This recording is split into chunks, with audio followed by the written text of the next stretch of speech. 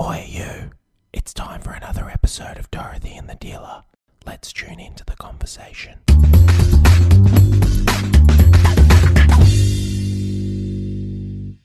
Professional on. I mean, why? Oh, we're not really, but we're trying to make it so that you're not making Just really be loud. yourselves, be natural. I know, but try not to make really loud, frustrating noises for the listeners. Like what? Like what? Like what? What are you talking about? Like this. Eating popcorn and stuff while you're Oh my goodness. We have a very special guest with us today, the beautiful Sonja. Welcome, Sonja. Sonia, it's great to have you here, but how the fuck do you pronounce your surname? Oh, we've had this conversation. I know, but is it like snuffleupagus? Is it snuffleupagus? No, Is it, think of a potato and Potato. pronounce your two O's and your two T's. So Pototski. Pototski-Raymond. Really? Yeah. Pototski-Raymond. Yeah, well, Well, Kevin's name is Raymond, I so she's didn't taken believe in dropping my surname because I got married. Yeah. I'm like, And just exactly I'll the embrace same. both. Embrace both. Yeah. Pototski. So where's that originally from? Polish. Polish, Yeah. right. So, and Dad's German. There's something in the water in Poland, mate. Nobody fucking with you. Yeah, no, and Dad's from Berlin, actually, in Germany. Oh, are they? Yeah, Wow. and Mum's Irish. And then there's Spanish on Mum's side as well, so I'm a bit of a mix of bag. That's the everything. tan, mate. That's There the you tan. go. Yes. There's a bit of Spanish on my side as well. Yeah, right. But I think it was really from where the Smurfs were in Spain. 'Cause I'm fucking blue God. underneath all this You clothing. get the Irish together.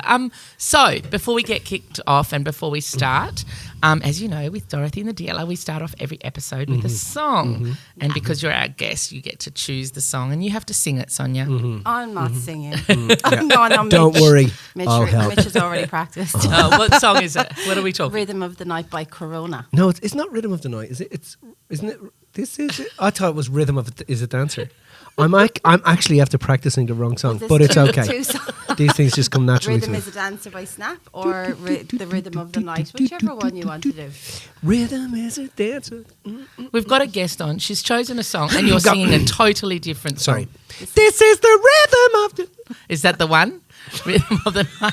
There you go. Because you used to be a professional dancer, right? Yeah. This is the rhythm of Well, the like professional, I was a hip hop champion. Yeah. hip-hop champion. Yeah. Freestyle. Really? Yeah. Really? And yeah, hip hop. Yeah. Oh my God! I want you and was a bit of a hip-hop you and champion Gabby as well. to get together later. You guys can have a little dance Yeah. off. But I still think I got it, but like realistically speaking. Well, like, you're probably 9 months pregnant, mate. Not I quite. just thought 7 months, I have brought a bucket and some cold towels should anything go wrong. But let's not be doing any hip hopping in here. Okay? Let's not.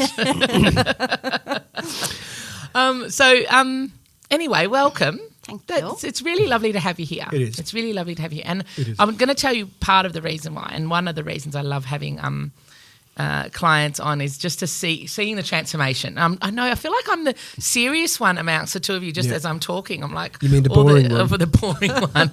I don't want to step out of line because in case No, I get you Do into not trouble. step out of line. The teacher in me, no.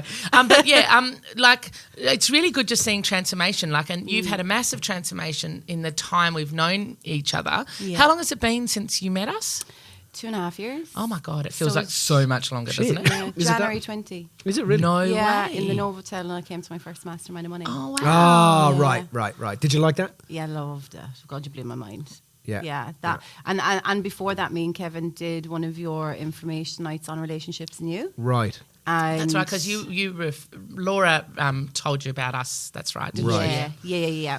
And then at the time we planned to do Tony Robbins as well, and we were like, oh, let's do Tony Robbins, then we can come back and revisit Yeah. it. So yeah, Mastermind of Money in 2020. There you go. So what led you to like doing extra work, and what led you to Mastermind Money? What led you to doing more? Honestly, I feel like that growing up, I think my mom and dad done a great job. However, mom reared us on her own. Mom broke up when I was 7. So for me, I felt that I didn't get as much one-on-one time or taught those life lessons that every child deserved. But more so, I think it was a case of mom was quite short on time. And yeah, I just, as my life evolved, there was just a lot of things, a lot of challenges that came my way, more so because I hadn't evolved as a young teenager, a young child, I suppose, emotionally. And then I think for me, it was more setting up my business and knowing what I was destined to achieving, but knowing I had so much stuff that was blocking me. So it's having more self-awareness. So the more self-awareness I had in myself, I'm like, oh, I'm actually addicted to this because this makes me feel so good about myself. And I went through a journey of becoming my own best friend. Whereas in Ireland, a lot of people hate themselves.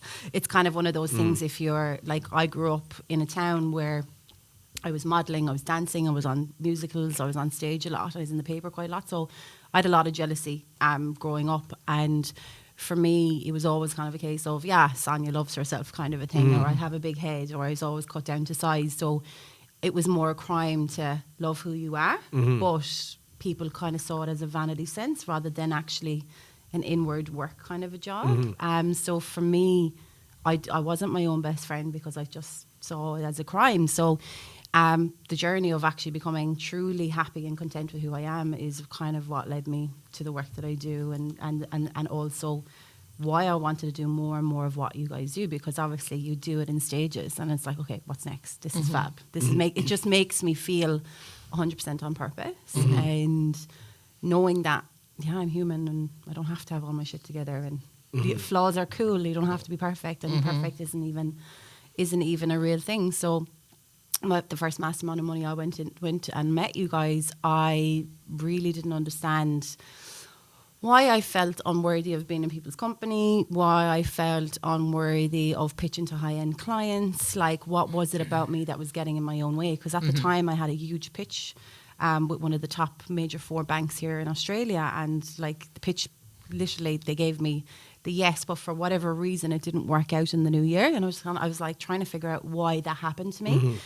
But I realised that putting a client like that to that level on a pedestal, I was equally then putting myself in a pit, and I just didn't feel really worthy of working with high-end clients, even though those were the type of clients I needed to work with. And when I first met you guys, I thought you were hilarious, but at the same time, I didn't feel like I was good enough to be in that company, or that I was even on the same level of the people that were in front of me in the room, if that makes sense. Yeah. It's crazy how we do that, like how we get to this point. I look back on my life sometimes, and I look back at some of the people that were in my circle, and how I had this infatuation with them. Do you know what I mean? You think that you're not on that level because they have something you perceive you don't have. And then time and like getting to know people, you realise actually you are the same, or they might have some skills or perhaps something that you don't, but you've got things in different ways. But it's funny how our mind just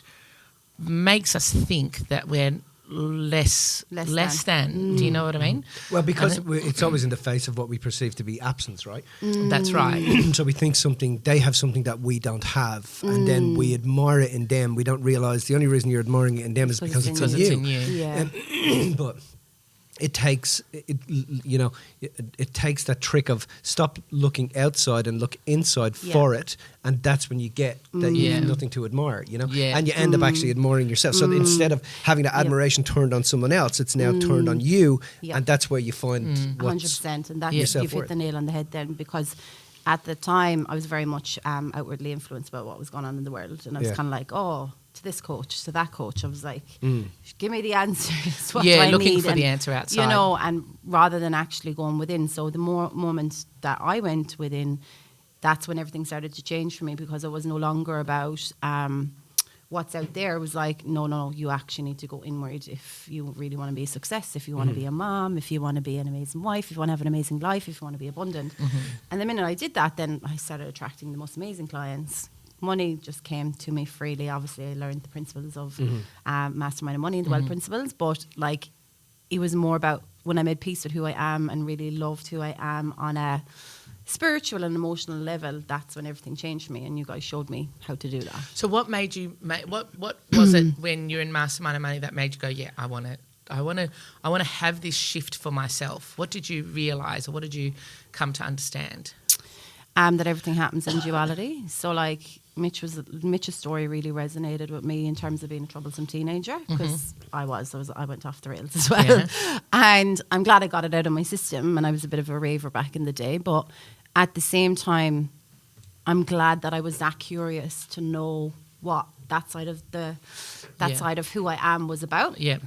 But I just think you just resonated with, like, my story was just completely, was very, very similar. So I was like, I could relate so much to your story that I was like, oh, wow, okay, so if he can do it, I can do it. Right. You know? And and then being Irish and then being funny, and then it was a case of, you know, It was the funny, wasn't it? It was the funny. God, I knew you're that was going to hilarious. happen. Please. No, but it wasn't. It was a really entertaining, like. Well, we like to do it in a way that it's I like relatable. to consider myself the Риcky Oh my Gervais God. of the Yeah. personal development industry. No. I didn't mean it like that. Like, we need to put him in his box here. don't we? Exactly. But yeah, it's the humour, I think, makes it relatable. I think Yeah. that's why humour is Yeah. so important, especially Yeah. because so many people do take it seriously. Like, But I think, you know, people sit back and think, but what are they talking about to go inside? Do you know what I mean? And I think that the processes that, you know, we show people on how to actually execute on that. Because when I met you, you'd like 5 coaches. Yeah. And I remember saying to you, man, you've 5 fucking coaches. Like, what are you bit doing? diversified. That's a lot of coaches. I know. And I was like, nah, this is not. If you're going to work with us, you need to get rid of them. I know.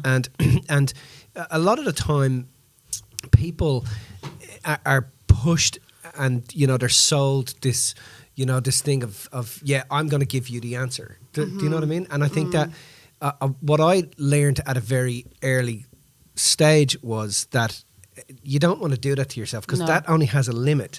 That's not sustainable, because eventually people are going to realize you fucking haven't got the answer to give me. And so really, I think a good coach makes the person look, but shows them how to look, Yeah. where to look, what to do, and then, you know, helps them Yeah. celebrate the win when they have the find of, fuck, okay, I never I never saw life like that. I never realized Yeah. things were like that. And I think that for us is what's important. And I think you're a great example of someone that was able to do that, was able to, you know, go, hey, you know what, I just need to sort this out inside of me, because at a young age I've worked out that whatever I'm looking for out here is not actually out here. You know, I got these mirrors and these elusive carrots and stuff, but what I really need has to already be in me. The fact that you said, you know, I saw if he can do it, then I can do it. But that's the point. You know, I think everybody has it in them to do it, but not a lot of people actually do it. Do you know what I mean? Can I also just add to that? I know we're just going to come back to your story, but when you say that, like, if he can do it, I can do it, this is why it's so important that people do not shrink in their lives.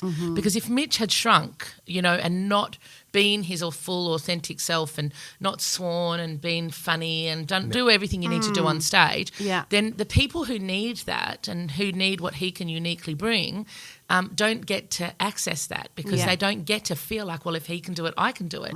So this is I think it's an important lesson about not shrinking, you know, not holding back on who you are, because who you are is a gift to people, and the only way that you can access that is to actually just live in the authenticity of who you are. Do you know what I mean? And I think that's really important. 100%. And I think it was like that moment as well at Mastermind and Money. We were like, I want somebody to come up here and tell me their vision and their mission. Yeah. Oh, yeah. And I got up and I was just like, I didn't have a fucking clue what I was going to say.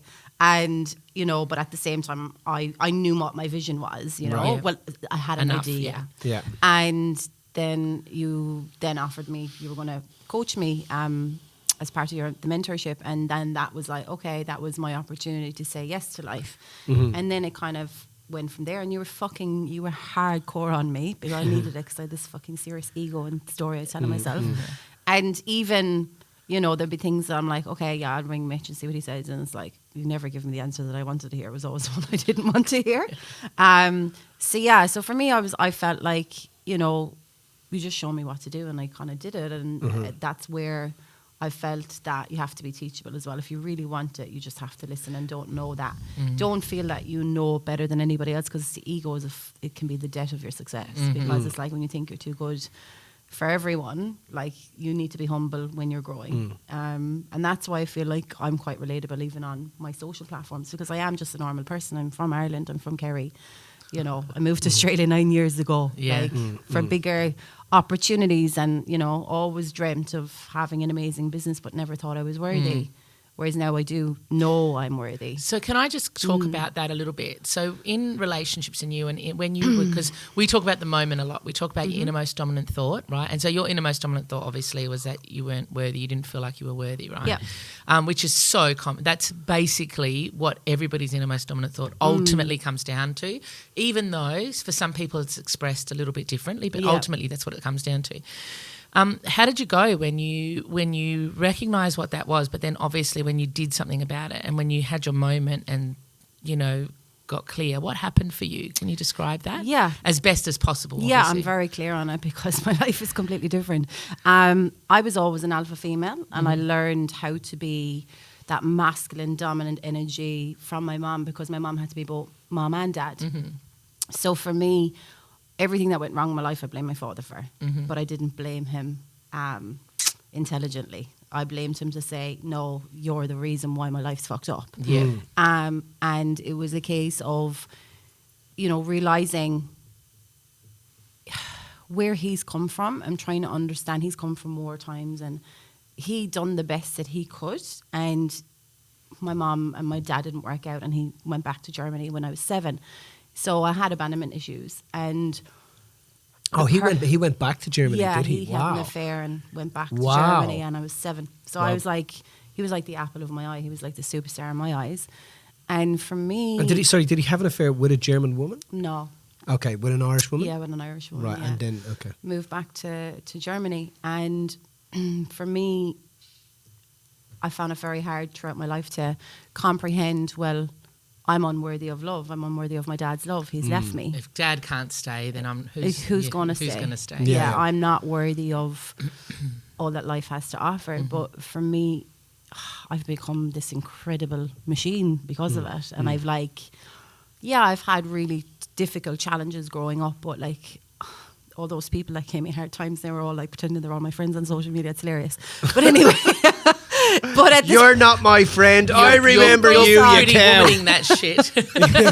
But we smile and we nod and say thanks. It's actually it's like a compliment in itself. But at the same time, I don't regret any of it. I'm glad I had the challenges growing up because I've learned these amazing skills of how to deal and read people. But explain to me how you got there. What did you get in that moment? I'm trying to only just because I'll tell you why. It's to someone listening, right? Anybody, and this is something that Mitch and I speak about all the time. We love what we do, right? But we don't when people speak about the outcome of what we do. People saying, like we do, we would never want to change anything. I wouldn't go back there and fix it because everything was perfect, everything was there. But there's something that happens in that moment that makes you get that at a heart level, not just that something that you're saying. Does that make sense? Yeah. And there's a difference. And I just want you to talk a little bit about that so that people even I can hear what's that difference for you? What happened? I feel like for the first time in my life I understood my father. And I wore his shoes and I could see love in the places I was adamant it wasn't there. I think that's a massive, massive key. And it was a case of I kept blaming him for shit, and I kept being triggered by stuff. And I wasn't just with my relationship with my dad, it was my marriage as well. I was like the fucking man in the relationship, this is what we're doing. And surprise, surprise, I have a 3-year fertility journey because you can't fall pregnant when you're in the dominant masculine energy. You need to be in the feminine.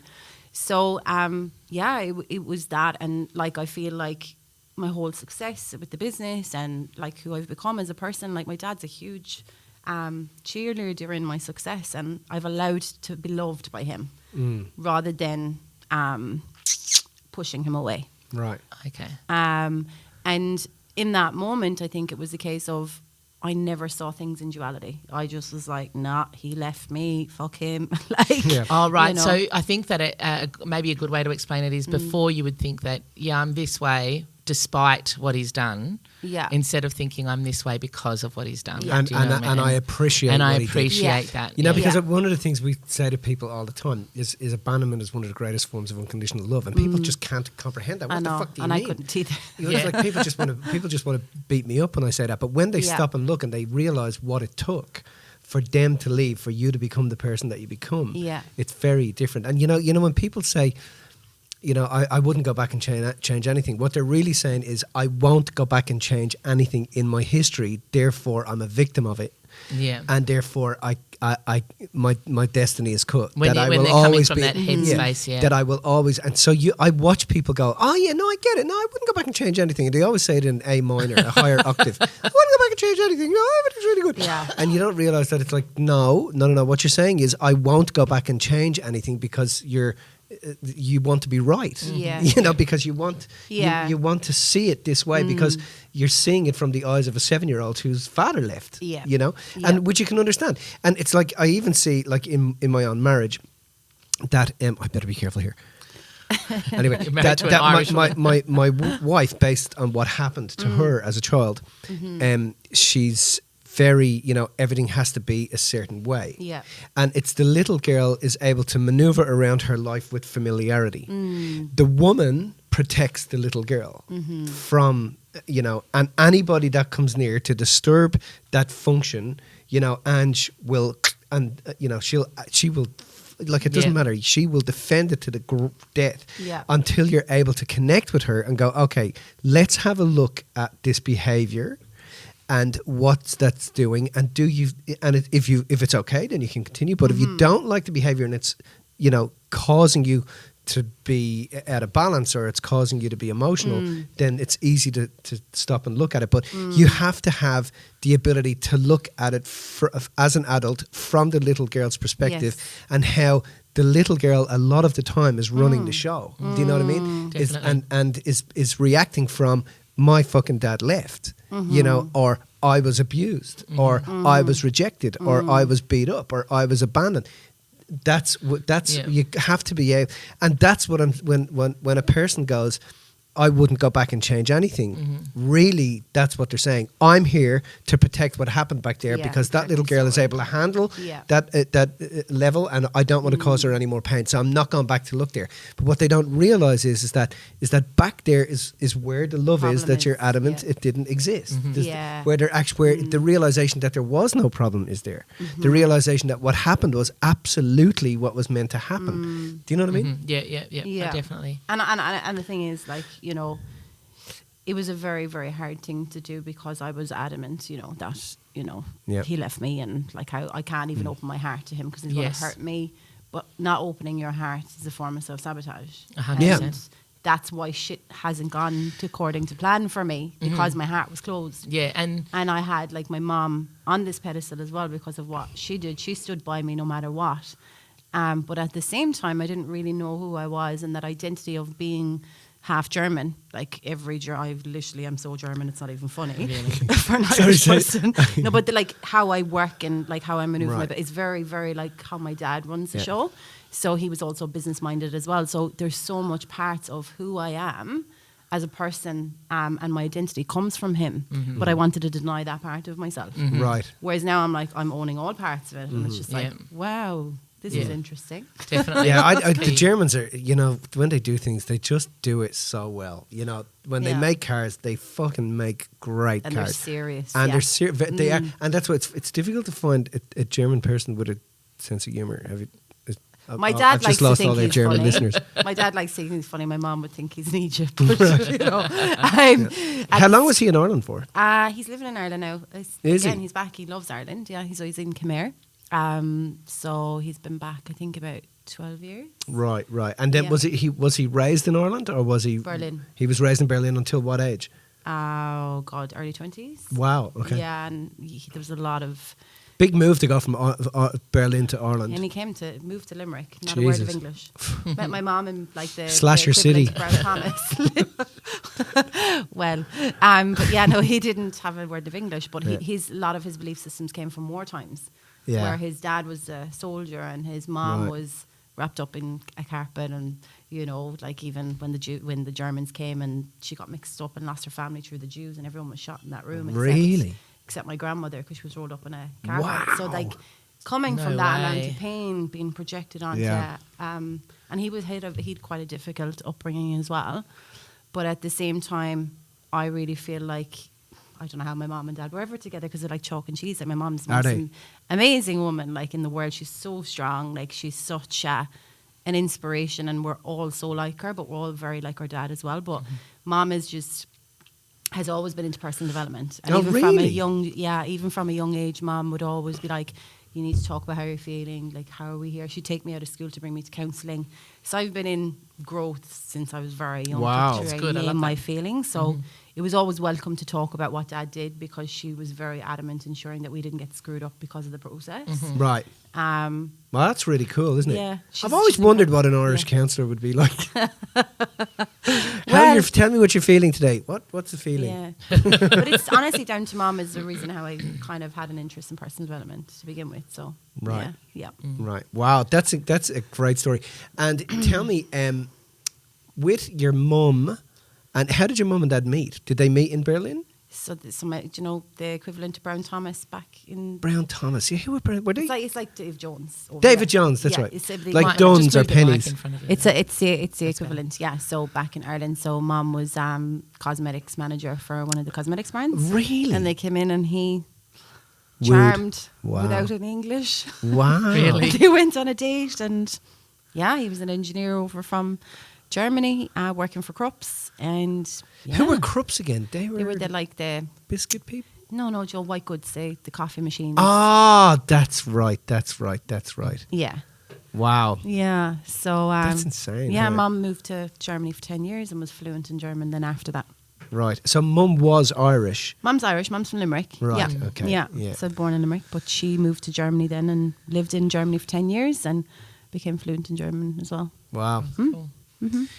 So, following on from then, you're getting your moment. You've got your thing. What happens now? What do you notice? What did you notice?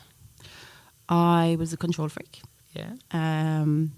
I was not allowing my husband to be the man in the relationship. Right. I was terrified of being let down, so I'd find it very hard to trust people, whereas now I trust the process. Right. I've learned the art of surrender. So you noticed that. Did that come just naturally after you had your moment? I mean, obviously you've got to keep doing work, right? Well, I kept doing the work, Yeah. yes, but I think it's an integration. Yeah. And noticing the things and leaning into the uncomfortable emotions. It's like, okay, that's interesting. What's that trying to show me? And becoming self-reflective of why those emotions are coming up, or what is the core of where I'm getting triggered here? Like, what does that relate to? You know, so I know I'm aware of how I show up in the world, really. Yeah. But from there, like, I just honestly feel like business has boomed. So what- just yeah, that's- explain. Let's talk about your business. So what do you do? What do you do? So I mean, I know, but tell me anyway. So my personal brand is Sonja the Search Queen. So I help businesses. Anything to be a queen, Sonja. Oh, sure. No.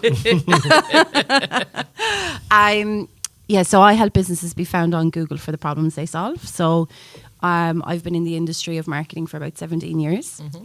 But digital is what lights me up the most, purely because of the results that can come from digital, and it's all trackable. So it's not this smoke and mirrors, like throw money on TV advertising and not really sure about the return on investment. You can actually see it in digital. So for me, I help turn businesses around. Like, so if they're not getting enough leads, I actually get them leads from their ideal client, not just tire kickers that are going to waste their time. Yeah. So I do that from a strategy that I have developed over time. So when I first came to Australia, I worked for an agency over here, and they were very good to me. I got my my sponsorship, my permanent residency, and I did have to stay there, even though I didn't agree with how they ran things.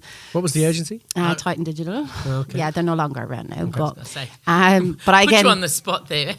no, that I did, and honestly, they were very good to me because I was a very hard worker. But I felt at the time that I saw things differently to how they did it over here, and it was a case of business.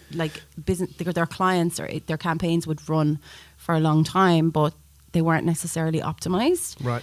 But you're paying an agency to optimize your campaigns each month. That's how you get the result on Google. Right. And for me, I'm like, okay, I'm Irish. You'd be fucking fired on the spot if it's like stealing. So my morals were very, very high, and that's why every account that I had, I actually turned it around because of how I see things and how I analyze things. And yeah, at one stage I had over 300 clients on my own that I was managing without any support, and I was managing the whole Sydney marketplace and the whole Cape Town operation with no help. Wow. So I felt that I made them a lot of money, and the minute I got my permanent residency, I said thanks but no thanks. Yeah. Right. And then I left and I worked for another agency here in town, the brand agency. So I know the brand agency well. Yeah, so I ran the MSWA Mega Home Lottery for a while, and then I found myself in the same kind of situation, that kind of like girls club, kind of boys club, kind of just really schoolyard kind of environment that just I don't really do well in those environments. And then I got headhunted and was managing head of account management for another agency in town. And then I found myself, and I don't want to name that person either, but I found myself in the situation whereby their clients were getting penalised on Google, and the business owner didn't even know about it, and the business owner didn't like digital and was overwhelmed by it all. But I actually had their clients approach me saying, can you just do your own thing, because you get us. They don't get us. And in the 1 week I had 10 of my old clients from my other agency and 2 of this existing agency's clients say, can you just do your own thing, because there's nobody like you.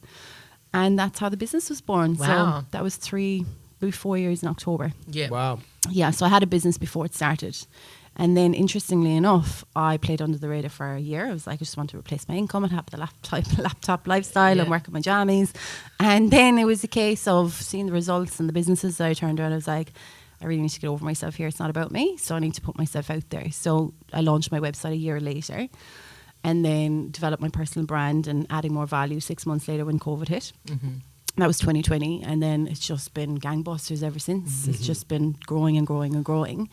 Yeah. But I really, it's not about the money for me, and it's not about, like, how do I explain? It's more to do with the impact that it can have on the business owners that I work with. Because if I show them how to work smarter, not harder, they can spend more time with the people that they love, and give their time to even their kids, and what I didn't have growing up. Like, it's so important to me. That's my why. Right. So, like, I don't like the thought of business owners being stressed because they don't know when their next sale is going to come from. I can show them and I can re-engineer on how that's going to happen for them. Right. And to me, that's like every business, the lifeblood of every business is cash flow and sales and clients, and you don't have a business without them. Mm-hmm. So if I can show people on how to become more profitable, then that frees them up in all areas of life. Yeah. Right. You know, and yeah, I just think that's more where my why is. Yeah. And I'm very clear on that since I've done the work through Evolve as well. Yeah. Mm-hmm. Yeah. So, because when did you come into our business program like Evolve? When did you come into that? August 20. August 20. Okay, cool. Yeah. So, what do you think was the biggest difference then? What has that? Because I think that I know why we developed that was really to help to put the principles that we put in place for people on a personal level to be able to put those same principles in place on a business level. Yeah. But I know one of the things that we do there is really get clear on people's why. Do you feel like that was really... 100%. It's connected to my moment as well. Yeah. In the moment that I had with you guys where I had that shift, and your why, they always say your why needs to make it cry, and mine did the first time I hit it. Yeah. You know, and I'm like, this is exactly why I do what I do. It's not about Google. It's not about the vanity. It's not about anything. It's actually about helping businesses and actually businesses that are on near to closing their doors, turn those businesses around and have those clients cry about what I've done for them. Mm-hmm. You know, that like just makes my heart explode. Yeah. You know, but in terms of Evolve, like the community has been amazing. Mike has been incredible. Like, he's been that person that in business, like obviously you'll have your business challenges, but sometimes you might have a personal challenge that comes up that stops you from being 100% within your business, and he's always taken the time to even sort that out with me, like same as you, but you're to the point. And sometimes I need a bit of fluff. So like with Mike, it was things that I didn't even know, you know, and I think he believed in me at times when I didn't believe in myself, because I started Evolve before I even done Relationships New. Yeah. So I still had that inner conflict going on. So he was very much a person that held my hand, and he was always available, like, and no matter what time of the day. Like, well, obviously I'd never ring outside business hours, but you know what I mean. He was just a really, really amazing support person in my business, and he was just in my corner on all aspects, not just for a specific function. You know, sometimes you'll have a scaling expert, or you'll have an events coach, or a speaking engagement coach, or all the different coaches I had. But Mike kind of covers everything, really. Do you know what I mean? He's insight in all areas. So that was really, really important for me. And then, just the business has grown so much because of all of the blocks that I had, and because the things that you learn within the moment that you have in a personal level, we were also shown on how to equilibrate that as well in a business. Yeah, on a business level. Business level, absolutely. Yeah. Well, that's because it works, you know, and I think one of the great things about Mike Johnson is his wealth of knowledge is it's immense. It's absolutely enormous, and he's very heart connected to every client that's 100%. In there. He fucking just has their corner. He just wants them to kill it. And interesting that you say that, because at the start when I first joined Evolve, I had him on a pedestal as well, so I never asked for any help. It's like, this is shit.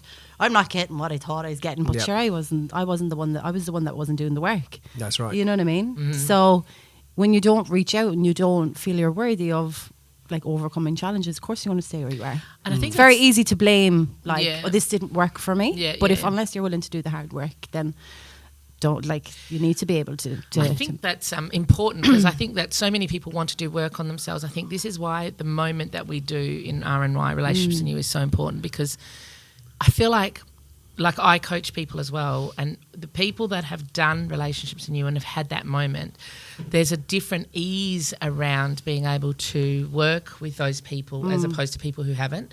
Not because they're better or worse, but because they've had that breakthrough. And once you've had that breakthrough and you've seen something that you didn't think was there, you are able to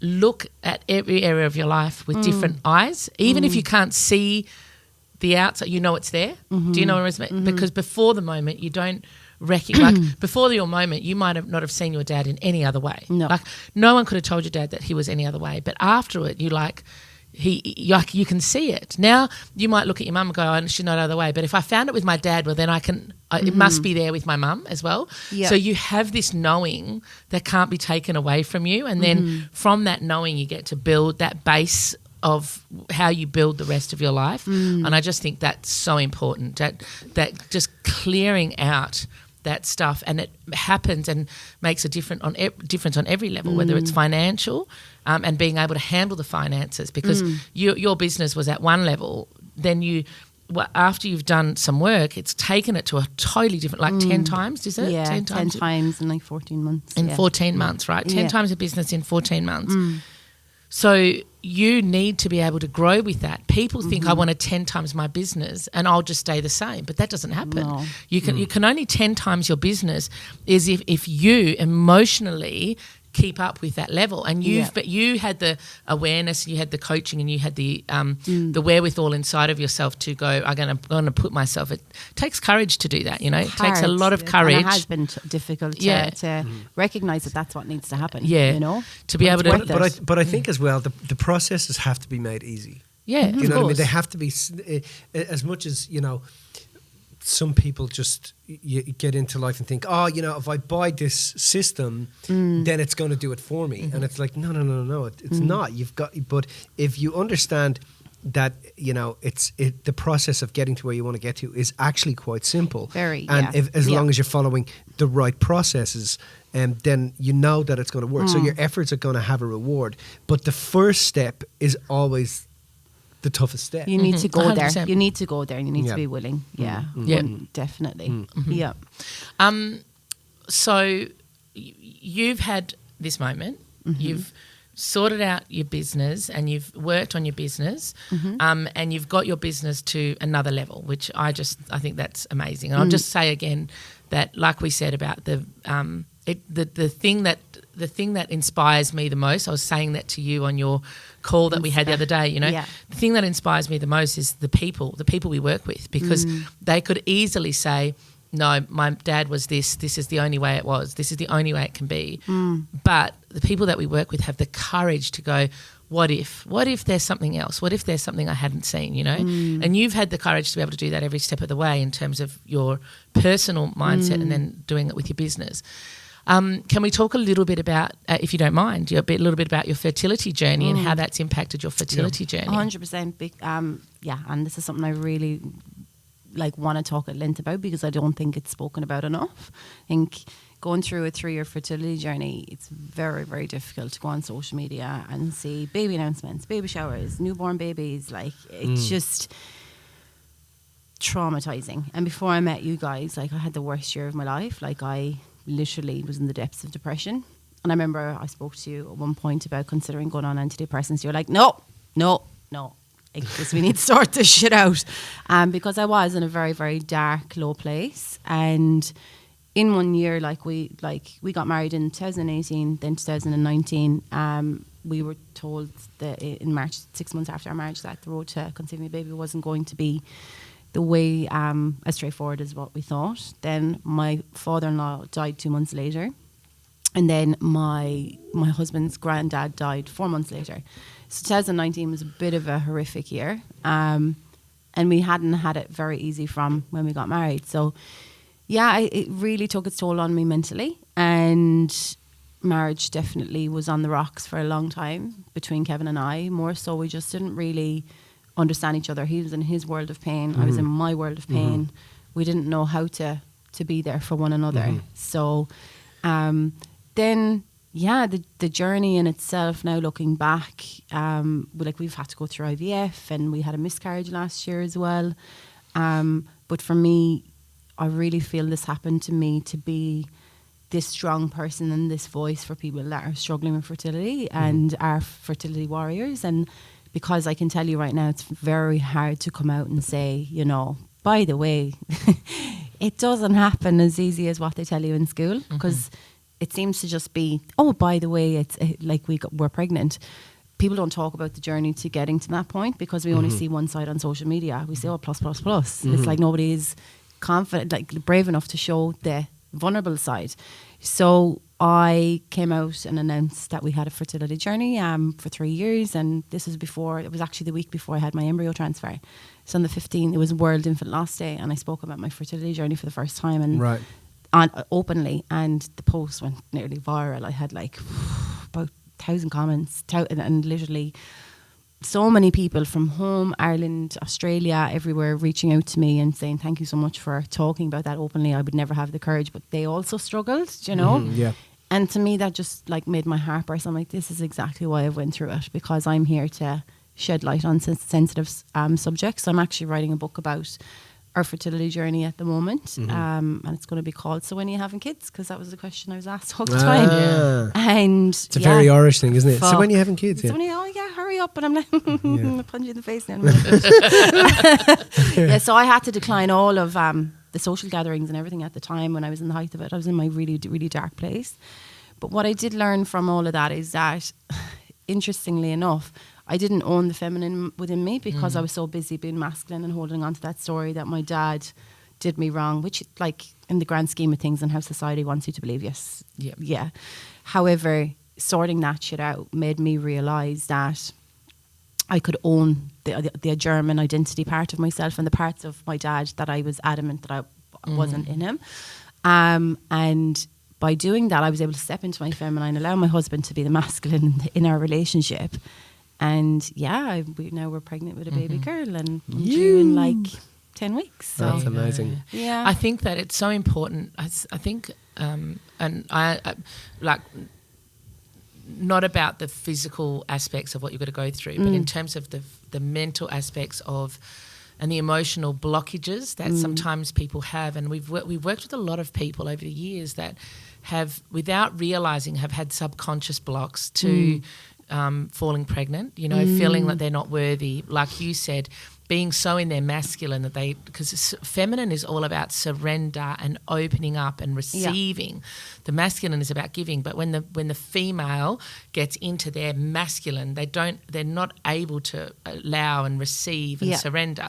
So it's so important, I think, to talk about not just the practicalities of infertility or the fertility journey, Yeah. but also the Emotional emotional side and the blockages that people have. Because with anything in your life, if you can clear the blockages, the emotional subconscious blockages, that affects you on a physiological level, you know, and it 100%. totally makes a difference. 100%, because I honestly feel if I hadn't sorted out that stuff with my dad, there's no way I'd be pregnant. Yeah. Because I'd still be in the masculine. Yeah. And I think it's kind of, as well at the same time, I'm very grateful to be at this point where I've sorted my shit out and I have unfucked all the stories and I'm like, okay, this is the new Sonja, you know, and I'm going into bringing a new baby into the world with blank canvas.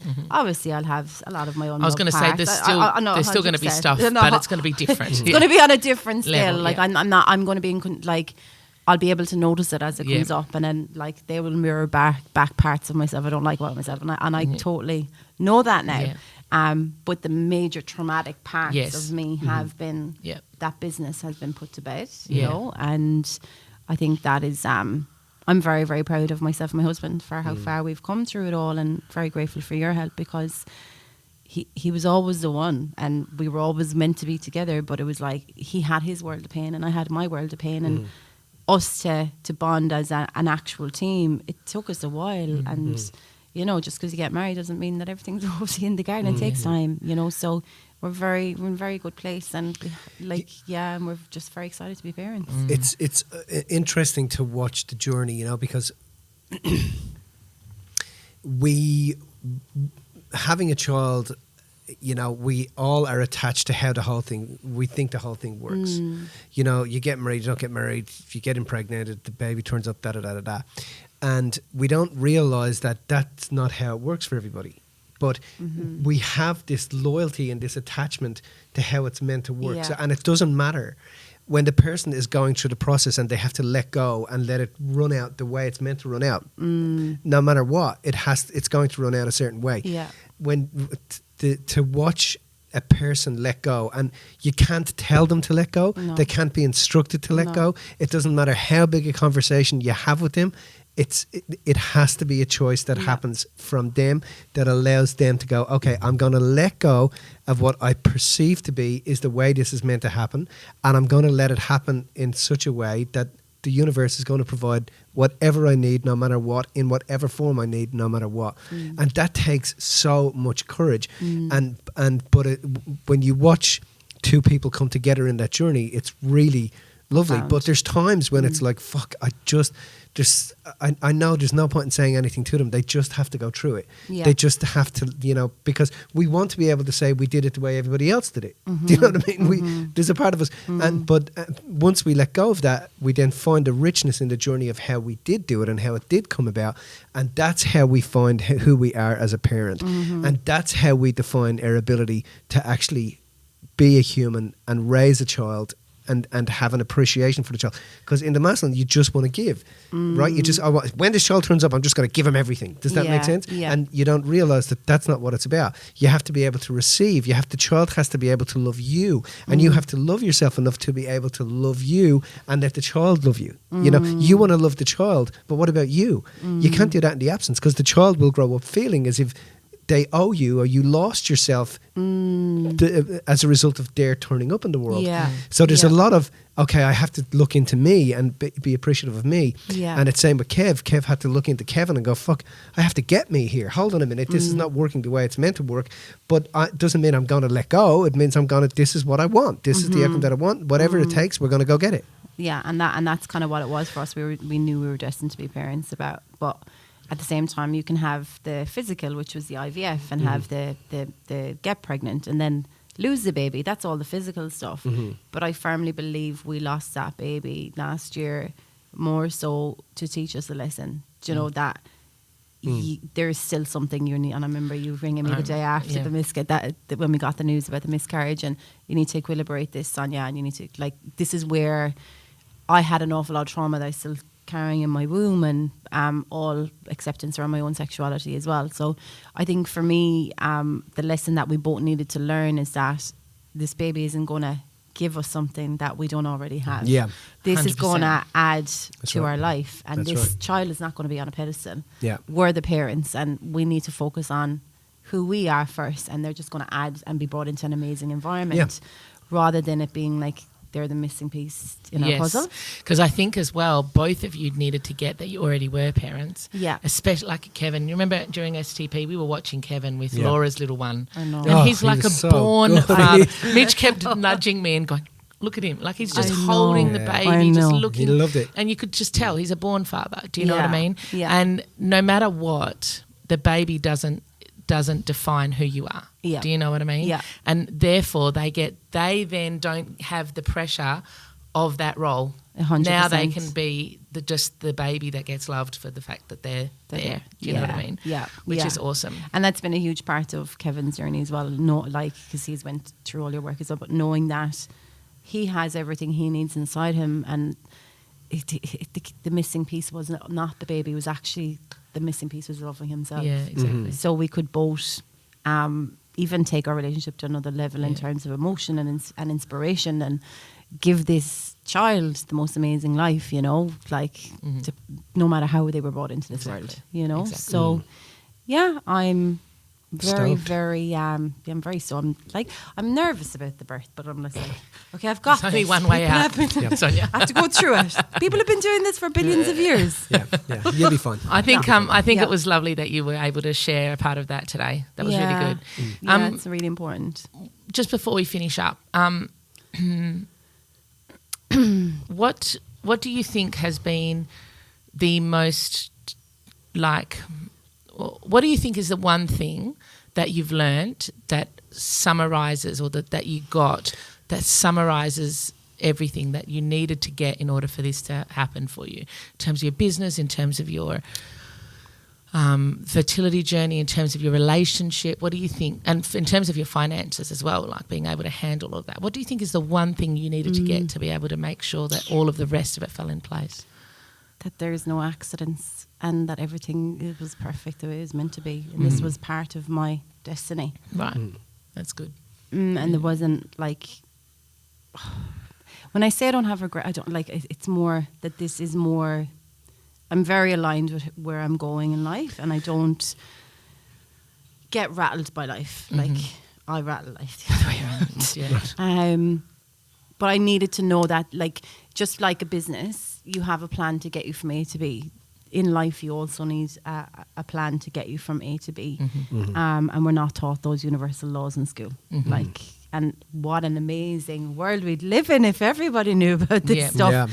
Yeah. But again, there's a lot to be said of why you're not taught it, and But I definitely feel like it's a whole combination. I can't even put my word. I put a word on it. No, you did well. I think I did.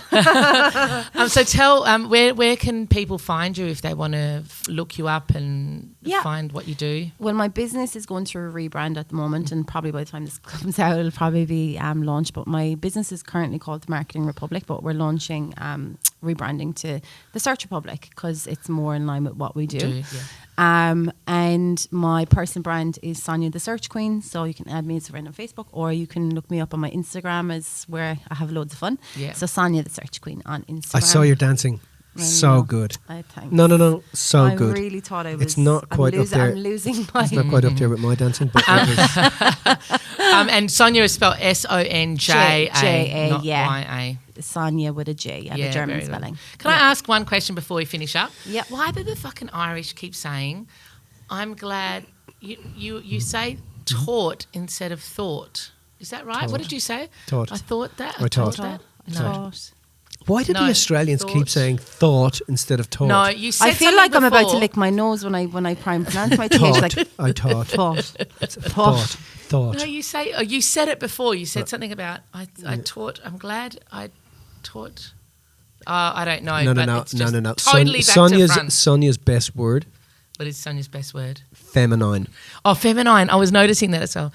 You say feminine instead of. Well, we say feminine, but you do you, Sonja. Feminine, mate. It is feminine, isn't it? Is it? Yeah. I think different strokes for different folks. That's exactly right, sweetie. Thanks for joining us today, Thanks, mate. Sonja. We We love loved it. you so much. Thank you, and thanks for everything. You're like family, so I really am very, very grateful for everything you've done, and very, very glad you came into my life. You're going to eat those biscuits? Yes. Mitch plonked 3 of them in front of her. She's going to finish them off, I'm sure. I know. Love you, darling. Thank you so much. Hey, whether this is you at the beginning of your personal development journey or you're perhaps immersed in your growth and transformation, at MJB Seminars, we have everything to help you live an inspired life. If this episode resonated and you're looking for more information on how to have an actual breakthrough and transform your life, visit us over at mjbseminars.com.au and book yourself in for a complimentary discovery coaching call. Also, make sure you like and follow us over on Instagram and Facebook. And review and subscribe to Dorothy and the Dealer today.